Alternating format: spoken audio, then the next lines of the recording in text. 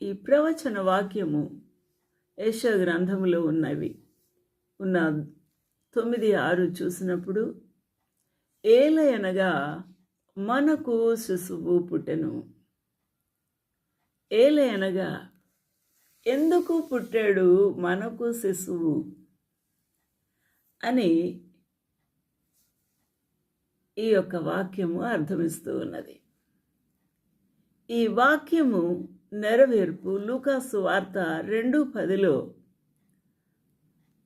నెరవేరింది.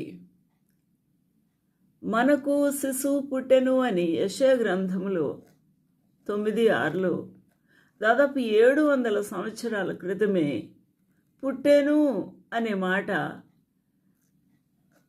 భక్తుడు రచించి ఉన్నాడు. అప్పటికి ఇంకా ప్రభు పుట్టలేదు కదా.